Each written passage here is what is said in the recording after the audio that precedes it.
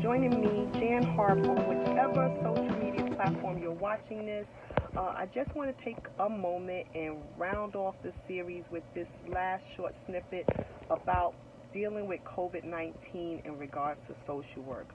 Just some of the things that I feel people should keep in mind in order to maintain their inner peace, maintain their joy, not be overwhelmed with fear, not be overwhelmed with anxiety or confusion or powerlessness, during this season of uncertainty and, new norms and all the different changes that are going on. So, in this last part, number 3, to our series, we would like to encourage people to remember research,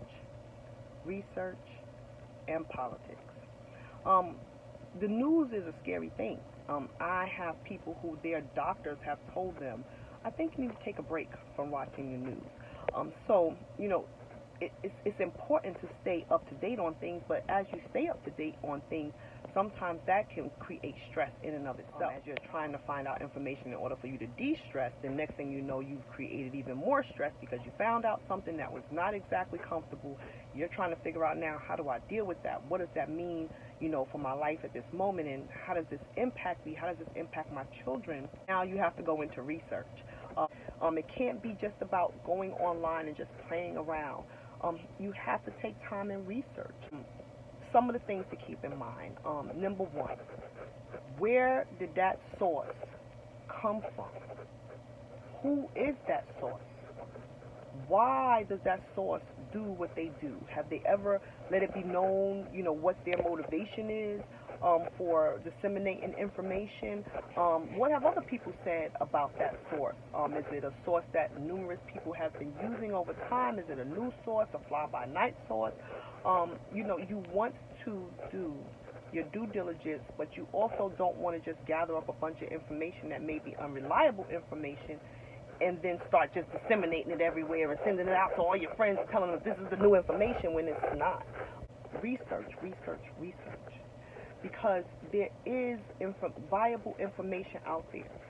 You can't just, say that, it's just what they're talking about, and the government will figure it out, everything's going to work out okay, and blah, blah, blah, blah, blah. No, you have to do your due diligence, because when people make something a social issue, when that's how something comes to the forefront, an issue comes to the forefront, is because the collective people got together and started voicing their opinions and saying, you know what, no, we're not going to run with that, that is not okay, and their outcry makes it a true social problem. If you're not taking a moment to truly find out what's going on, and you're not truly investing yourself in the research process, then you can't say that something has been fact-checked, and you can't disseminate that information with all confidence, knowing that you're putting out something that is going to be helpful and not harmful to the people who trust your opinion. Who is it that is putting out this information? Oh, the government's putting out the information through the FEMA department. Well, who's FEMA? Who's this new department? Are they a fly-by-night department? Were they just created? What's the motivation in that? Is it so that the members can no longer exist? They just one day just, so you have to take into account what a person has already told you. When a person tells you something about themselves, believe them. He does not want this to exist, and this is one of the ways for it not to exist.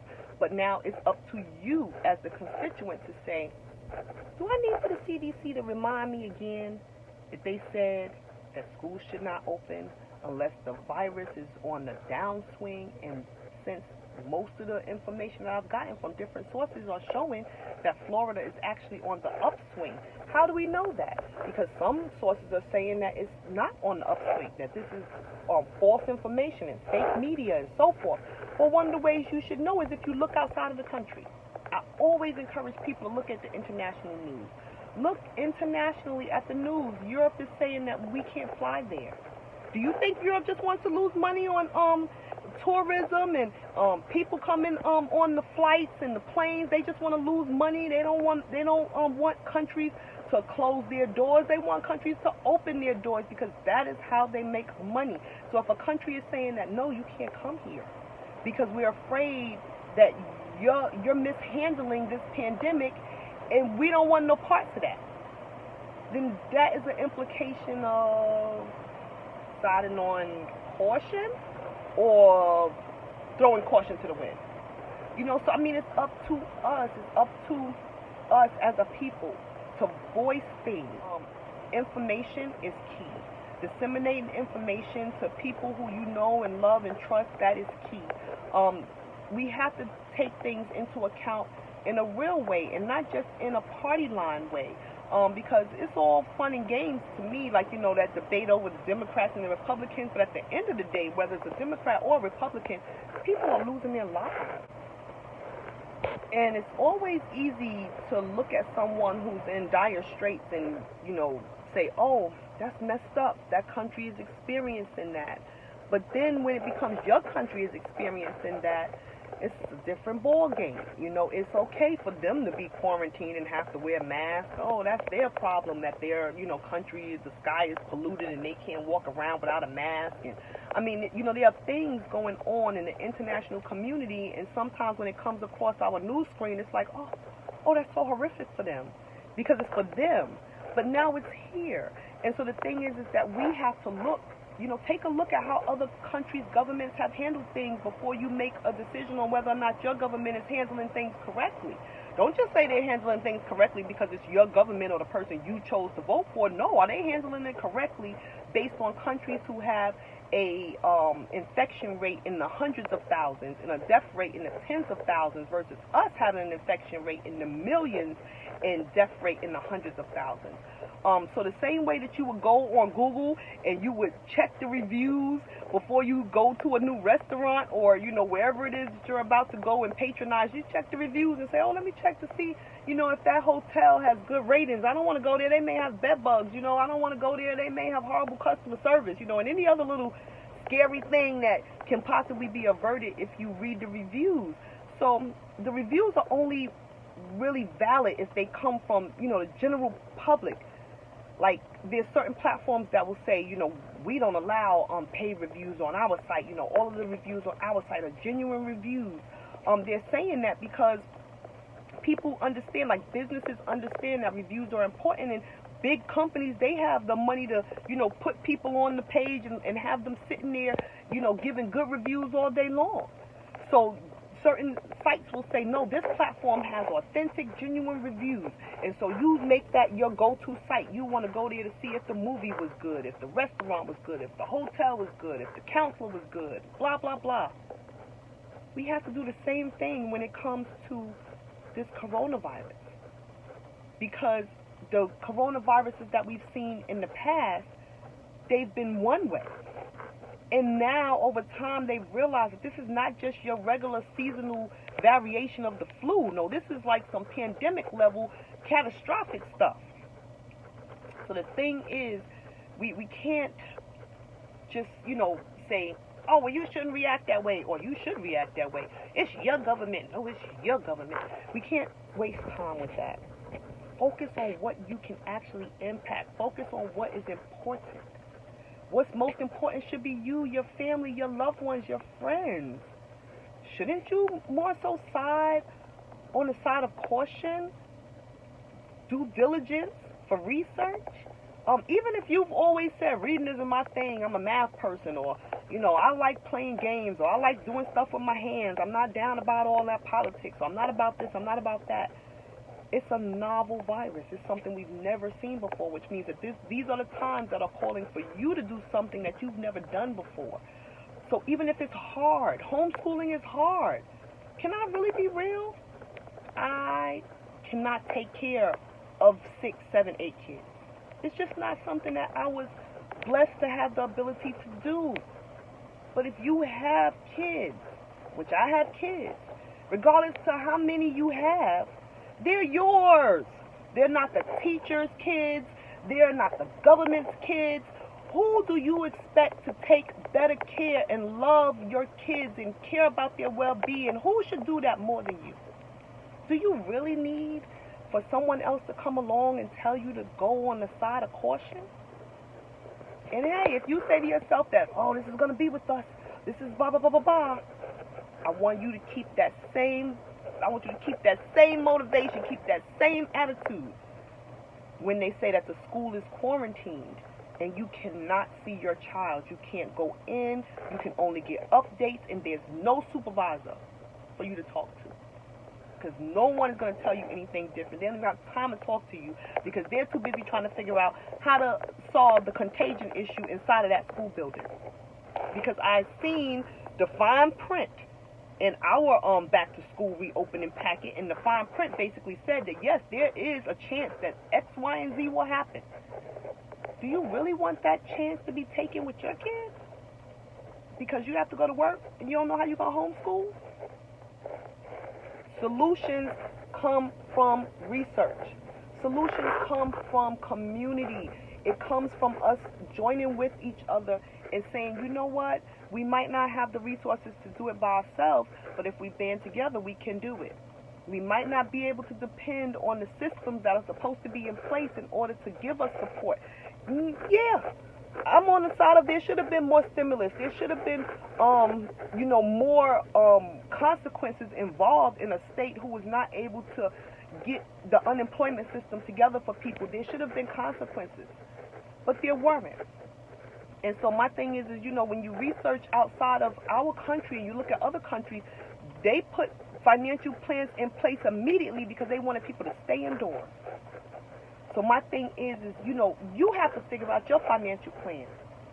If you haven't figured out one and you're in a situation now where you're like, well, it's too late for that, I don't have one. Well, if you're going to sacrifice yourself and your family, if you're going to take that chance, well, then at least take a moment and look for a financial counselor who can help you to put things in place so that the sacrifice you're making today will mean something for a year or 2 years or 3 years down the line. Let it mean something.